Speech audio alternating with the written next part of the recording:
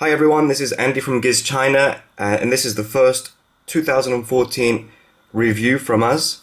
We're going to do the THL T100S today.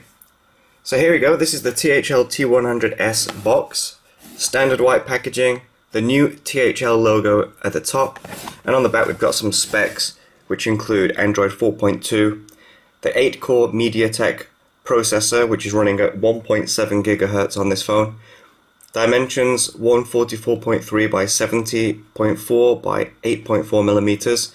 So it's actually quite a long phone, but we'll show you that later. GSM and WCDMA networks there, 5-inch HD, full HD display, dual 30 megapixel cameras. The rear camera actually has an aperture of f2.0, which is pretty smart. All the usual stuff, NFC, OTG, electronic compass, FM radio, dual SIM support, and a memory card. So it's a pretty stacked phone, and it looks good too. So let's open up the box anyway, and so you can have a look at it. Alright, so this is it. This is the THL T100S. This is the phone. All black front, black rubberized finished on the rear. Let's just pop that to one side and we'll check what else is in the box. Alright, so inside the packaging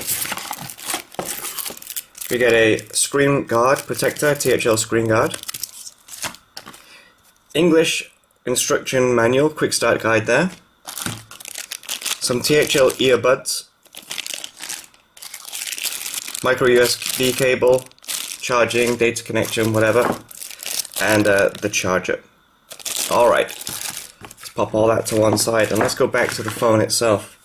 So this is it. This is a 5-inch THL T100S. It's an 8-core phone. It's one of the first 8-core phones available this year. It costs $309.99 from Ant eLife, who sent this phone over to us for a review, which is very kind of them. Okay, let's have a look around the phone. So, as we've already mentioned, 5-inch 1920 by 1080 display is here. Alright? 30 megapixel front camera. We have light and proximity sensors just beside the camera here, and we've got this receiver speaker here at the top. Down at the bottom we've got these 3 capacitive buttons, which you'll see later when we turn it on. And at the top and the bottom we have this thin aluminium strip, which looks quite nice, and I guess it protects the screen a little bit if you do drop it on its edge, but it also adds a little bit of length to the phone. So although it's a 5-inch phone, it's actually a very long smartphone. If we turn the phone over, look on the rear. This is a plastic rear. It's rubberized finished. Again, the new THL logo, which stands for Technology Happy Life. We've got an external speaker here, 30 megapixel main camera, and we've got a LED flash, and we've got a 30 megapixel main camera at the top. And nothing too exciting on the back. Now, one thing I was a little disappointed with the THL is when we visited their factories back in November last year, we had a quick hands-on with the prototype of the T100S, and it was made of a magnesium alloy material, the rear, the tops, the edges, and they told me that when the production model comes out, it would be better than that prototype. So I'm a bit disappointed that they've gone back to plastic. It does make the phone very light, and it's also helped lower the price, but it also means it's a bit bendy and a bit creaky sometimes in use. Anyway, let's look around the rest of the phone. If we go to the right hand side, we've got this power button, which you can just make out, which is here, black power button. It's nice and secure in the body, it doesn't rattle around or move. At the top we've got a 3.5mm headphone jack and micro USB. Like a textured plastic finish here at the top as well. On the left hand side, a volume rocker. Again, it's quite difficult to see on the camera, but it's here and it fits really well, no wobbling around there. At the bottom we have nothing, just a space to get our thumbnail in and pull the rear off. Alright, so this is the removable rear casing for the THL T100S, and as you can see we've got these connectors here. This is for the NFC, so this is the NFC chip in the back of here.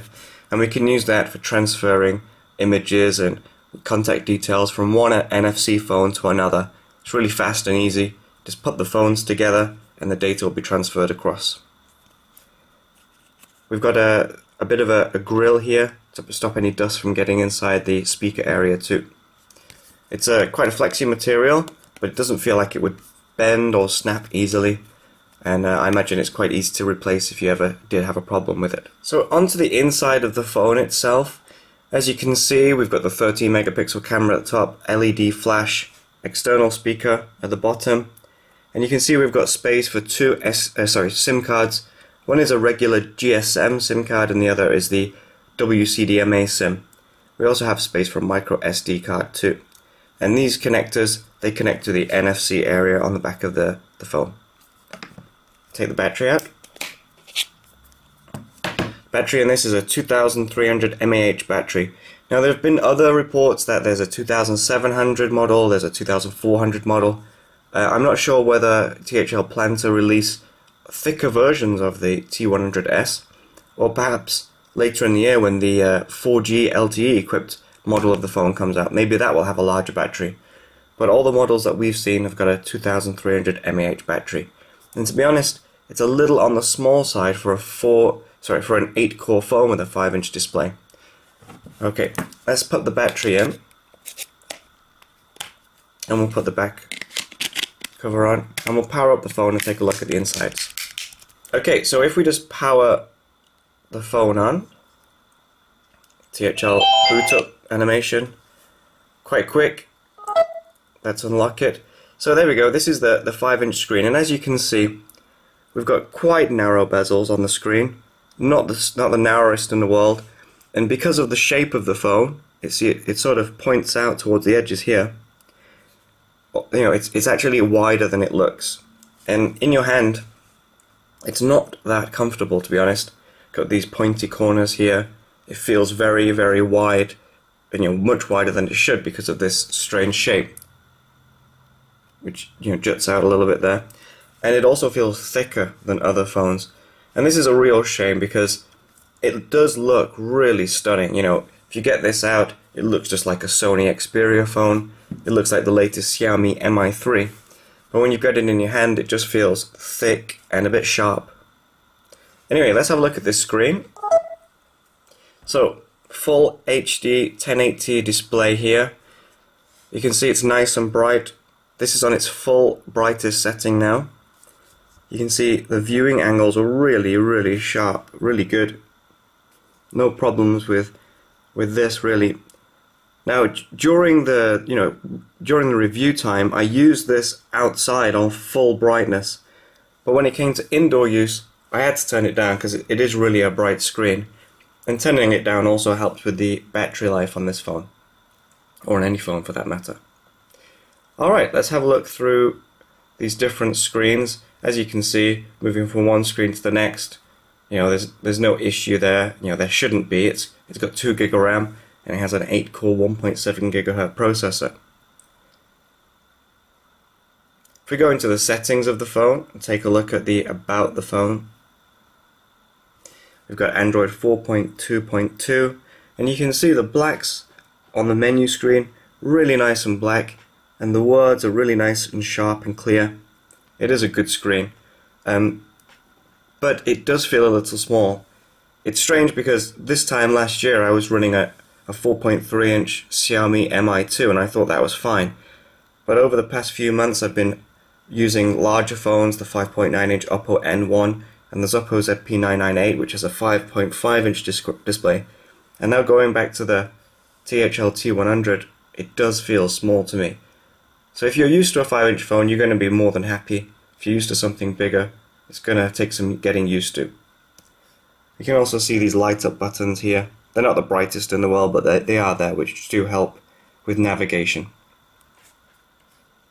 Alright, while we're in here, let's take a look at some benchmarks. So let's open up Antutu, which we've already ran. And you can see we've got a benchmark of 26,664, which is amazing for a $310 phone. Obviously the 8-core processor and the 2 GB RAM are doing something here, getting there is a lot of power available. But in actual use, you don't really feel much difference between a good quad-core phone Going from this, for example, to a Jiayu G5, I didn't notice really anything in performance when I'm actually using it. Hopefully over the next few months, app developers are going to start utilizing those extra cores, and we're going to see some really good advantages to the 8-core Mediatek processor. So have a look at the details. We've got the different scores broken down here. I'll just show you that on screen. I won't read through it.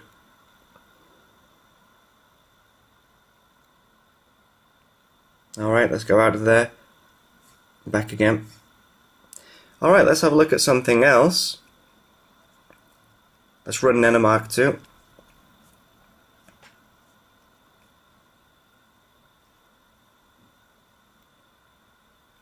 Let's turn the volume up.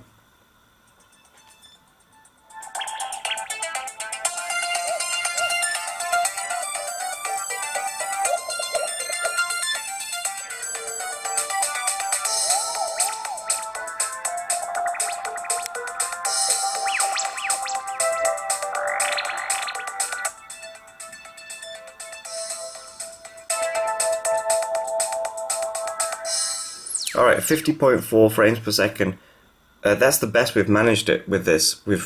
Every test we've ran has been 50.4. You can see here. It's a bit, it's compared to a quad-core phone. You're running the same. You get the same sort of benchmark if we run the same test on a quad-core MT6589T. So obviously, Meditatk isn't taking into account these extra cores, and like we've already mentioned, when you're using the phone, you're not going to feel much difference in performance. But again, maybe in the future when we see more games utilizing those cores, we're going to see some good results.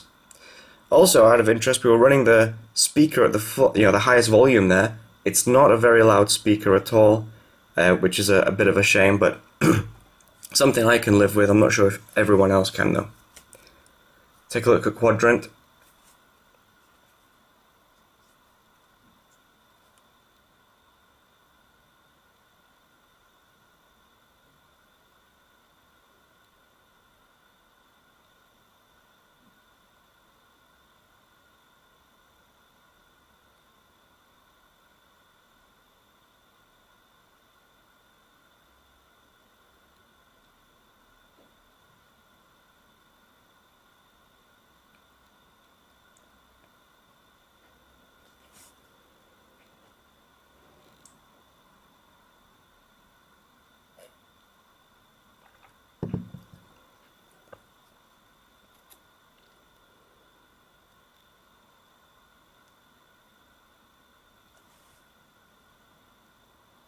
Okay, so Quadrant scores very well, 13006 on Quadrant.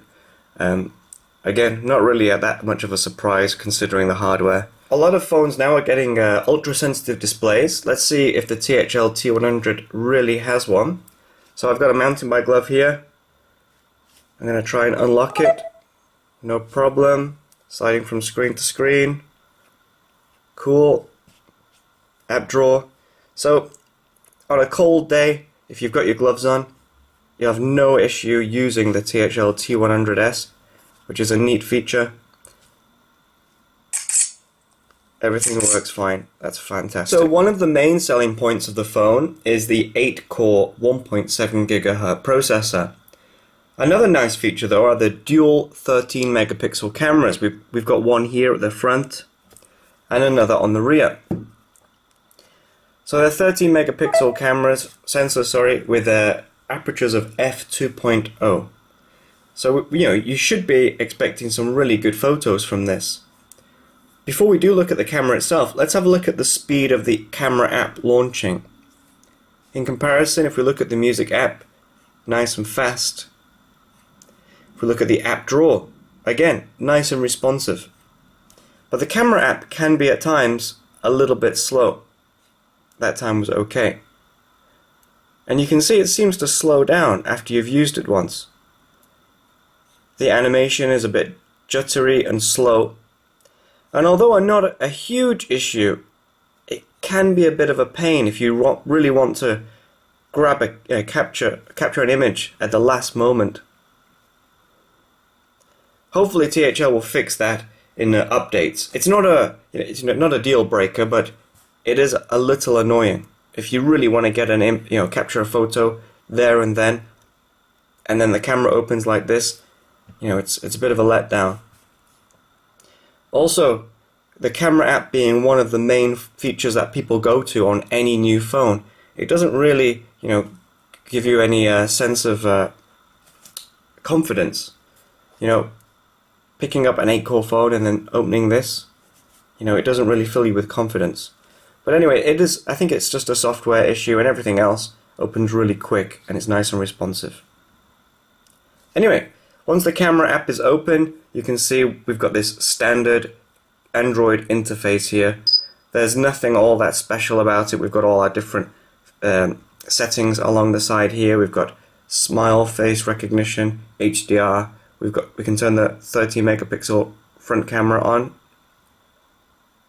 Camera video. If you're used to the regular Android camera app, then you're not going to find anything all that special on here. One feature I do like is the image tracking.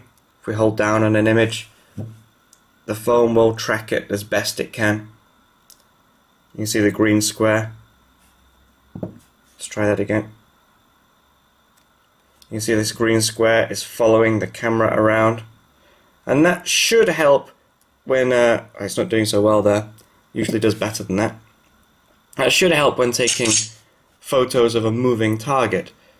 In reality though, when things start moving in front of the THL T100, images are a little bit blurred. So, although it's got that large aperture and it's got that nice 30 megapixel sensor, it isn't a camera-centric phone. It's not a phone that you could take out and take photos of action sports, or even, get good results of your kids running around, or even taking your dog for a walk in the park. You might get some blurs.